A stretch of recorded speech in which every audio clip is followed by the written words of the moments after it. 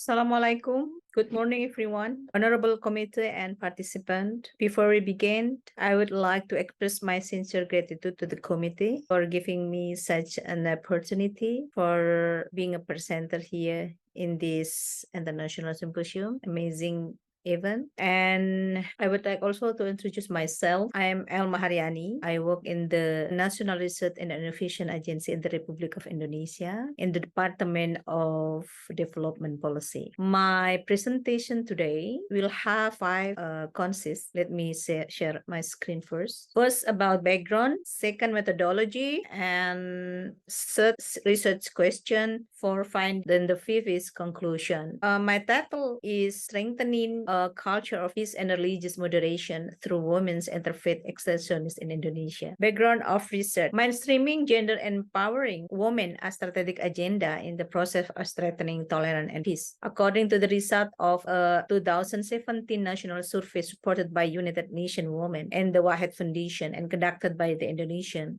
Survey Institute with the theme Trends of Religious Social Tolerance among Indonesian Muslim women, Indonesian women have the potential to become agents of peace. According to the result of the survey, acting more of women support the right to freedom of religion, and besides that, women acting more also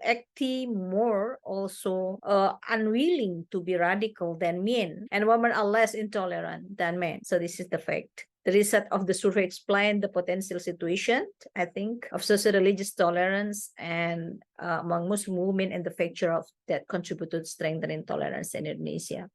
In line with the result above, the Ministry of Religious Affairs. Later on, we can call it MORA, M-O-A-R. I was working in the Ministry of Religious Affairs during 11 years before my current position in the National Research Center. In line with the result above, MORA, or the Ministry of Religious Affairs Indonesia, have had a significant role in spreading and strengthening tolerance and peace in Indonesia through the women's interfaith extensions. The ministry has approximately 4,354,000 male and female government workers of religious extensionists from across religion, beside non-government workers. Religious extensionists are the forefront of campaigning for the value of religious moderation, national commitment, non-violence, tolerance, and adaptation to the local culture. And we call it religious moderation atau moderasi beragam. The duties and function of women religious extensions in the wider community are very strategic and unique. And this research will examine this phenomenon. Methodology. The method used in this research is qualitative method in the form of case study. Data collection will be carried through interview,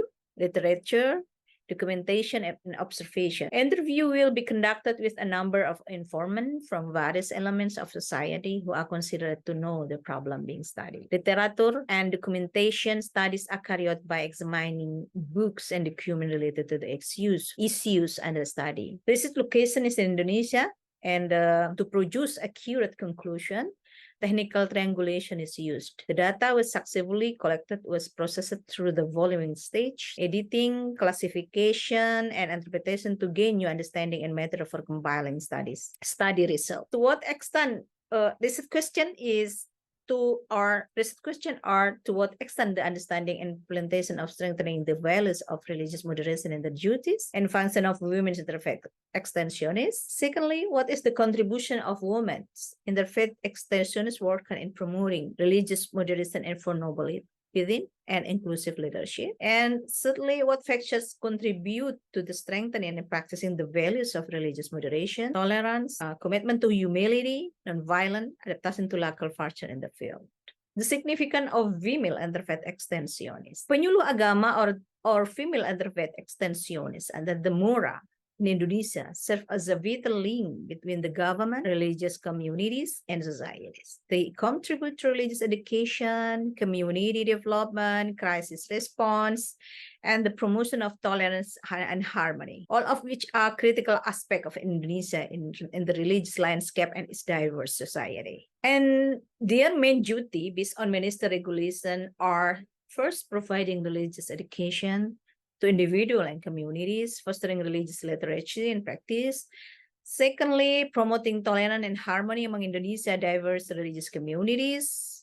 helping to prevent and resolve religious conflict, and third, engaging in community development effort and addressing social issues while integrating religious issues, for offering spiritual and emotional support during crisis, guiding individual based on religious principles. Most of them have like a halaqah, and we call it in Indonesia Masjid Ta'lim, under their supervising. 5, encouraging the practice of moral and ethical values as prescribed by religious teaching. 6, existing in the management of religious institutions and organizing related events. 7, serving as a link between the government and religious communities, ensuring alignment with community needs, contributing to counter-radicalization, participating in social welfare programs, especially those with religious charitable aspect, and last but not least, facilitating interfaith dialogue to foster understanding and cooperation among diverse religions. And this is crucial for maintaining peace in Indonesia because religiously diverse society.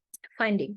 Bogor was deliberately chosen in the study because the city is one of the supporting cities for the capital of the Republic of Indonesia. Among the supporting cities, Bogor is most often mentioned by the mass media with the highest level of religious class. Religious cases such as the Yasmin Bogor Church dispute, the closure of the Ahmadiyya Masjid, a mosque, illustrates the extent of religious complicities that occur in the region. And this study examined how the role of female extensionists plays and relate with some religious issues there. We found some significant positive role model of female interfaith extensionists there, intriguing and emerged from the study conducted in Indonesia regarding the rules and responsibility of female religious extensionists. Specifically, the research focused on their dedication, obligation, and function in promoting and enforcing religious moderation in order to strengthen the culture of peace in Indonesia. We have like a 4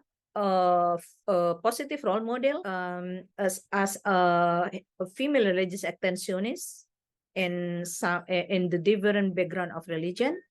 First is Putu Sukartini, practicing a cultural approach. Putu Sukartini is a Hindu female religious extensionist, emphasized the importance of cultural approach to reinforce religious moderation values among the Hindu community. And women play a significant role in promoting religious moderation, and particularly in educating children and families about the values of tolerance and nonviolence aligned with the principle of AEMS. During the pandemic, for example, many activities and programs were carried out through online activities like fundraising, prayer and worship together, socialization of religious values. They're doing some Sunday praying, and they call it Pasraman, and also join activities with other religious groups, included Chinese New Year celebration. Even they are Hindus. And Putu hopes and suggests that women can work together to strengthen each other and develop the value of tolerance by understanding and accepting difference in religious practice. Promoting religious literacy through reading and understanding other religion can establish national unity and integrity. Society. So, second, Anita Rohana. Anita Rohana is Christian religious extensionist. According to her, women have a uniqueness in developing and strengthening religious moderation values, namely a more family approach or mediator. Some of the programs created by Anita and other religious educators are providing counseling, collaborating, counseling of church in motion, average 200 congregations, having built communities, create a unique method in dealing with case of intolerance, namely by mapping the problem and intensive communication with all parties involved in a particular case. So, Chido Linawati, practicing Metta Kurana. Chido Linawati is a Buddhist religious extensionist. Compassion is a method as a way to understanding others. The concept of metta karuna or practicing metta karuna has been practiced by all the Buddhists there. And even more interesting is that religious interactions that Buddhists in Bogor have are mostly women. Religious communities in Bogor face distracting issues, creating an uncomfortable atmosphere. Religious instructors play a vital role in providing awareness and counseling on religious issues. Hate speeches and hoax. Then, strengthening the value of tolerance can begin in family and through media literacy. Female Buddhist religious counselors also contribute to the success of programs and activities supported by Buddhist women who assist with social humanitarian program, intolerance, failure, socialization. And the last is from Islamic religious counselor and community leader Mas'ah Khalila and Zakia. They are encouraging inclusive female leadership. She take care of 200 orphans and founded an Islamic boarding school for underprivileged children in the Kampung Bending district. She also try to socializing religious moderation values and promoting tolerance through Majlis Taklim or Liko or Halaqah, Muslimah Halaqah assembly in the Islamic boarding school as a part of the peace campaign through Tusi religion, through Islamic teaching. She campaigns values such as tolerant national commitment and anti-violence and adaptation to local culture. Even more, Zakia believes that young people are the key to the future, and therefore it's essential to promote religious moderation among them. Although the general public may not be familiar yet with this concept, the values of religious moderation have been practiced for a long time and campaigned by the female extensionists. So we come to conclusion that empowering women religious extensionists to promote religious moderation for a stronger culture of peace in Indonesia proved that women play a crucial role in advocating for religious moderation. It is vital for promoting peace and stability. And here are 3 key factors considered that outline the significance of women in promoting religious moderation. First, women religious instructors possess a comprehensive understanding of religious moderation values, which they practice and promote through various means. The extension of religious truth women over a distinct and unique perspective that strengthens the value of religious moderation, given its gender focus. And last, women religious instructors face more intricate challenges and opportunities in the line of work, making their contribution even more valuable. They place inclusive leadership in managing challenge and opportunity also. So it's my last slide. In Indonesia, we say thank you by saying terima kasih. Thank you so much. Shukran jazilan. And I hope this presentation has shed light on topic. Let's continue discussion. Thank you. Assalamualaikum warahmatullahi wabarakatuh.